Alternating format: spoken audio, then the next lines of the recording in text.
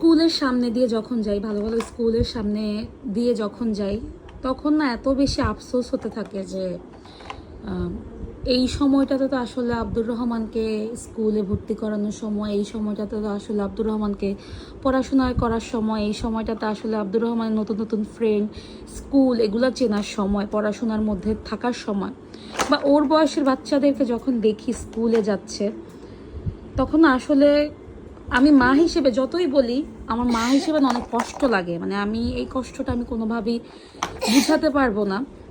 তো একটা সময় এমন হয়েছিল যখন ও সুস্থ ছিল, কত রকমের প্ল্যান করেছি, অ্যাভোকাস করাবো একটা সময় যাওয়ার পর, ভালো ইংলিশ মিডিয়ামে পড়াবো, ভালো মানে ভালো ভালো জায়গায় পড়াবো, টিচার দিয়ে পড়াবো, আরও অনেক কিছু প্ল্যান করেছি।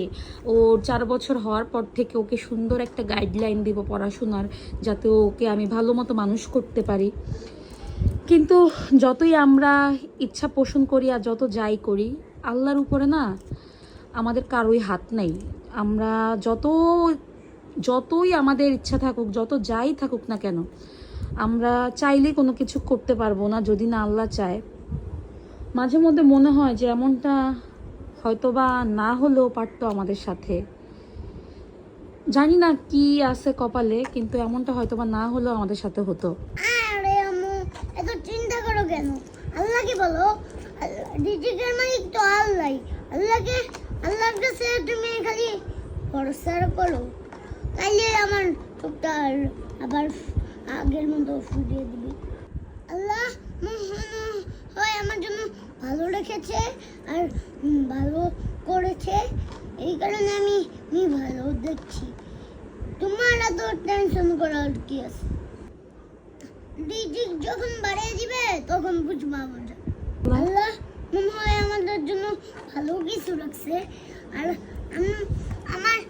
আমি তো সুস্থ আছি আলহামদুলিল্লাহ, কিন্তু আল্লাহর কাছে তো আমার একটা চোখ গেছে। রিজিকের মালিক তো আল্লাহ যা করে তাতেই আমি খুশি। এত ভয় পাওয়ার কি আছে?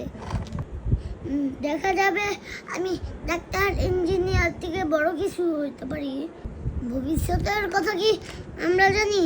সেটা তো আল্লাহ জানে। হ্যাঁ, সেটা আল্লাহ জানে। হ্যাঁ। তোমার টেনশন হয় না বাবা? না।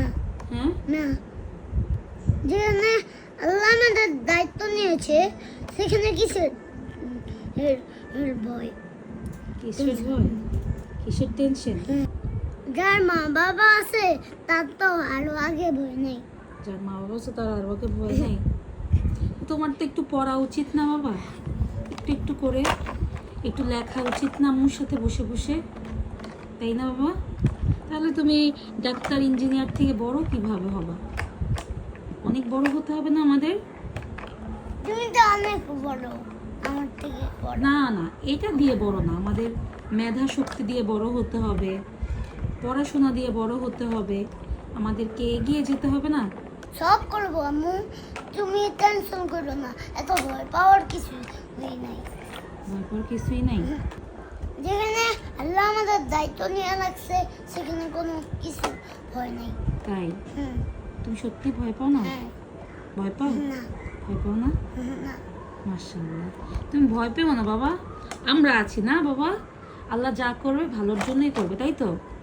ওই সাহায্য বোকা।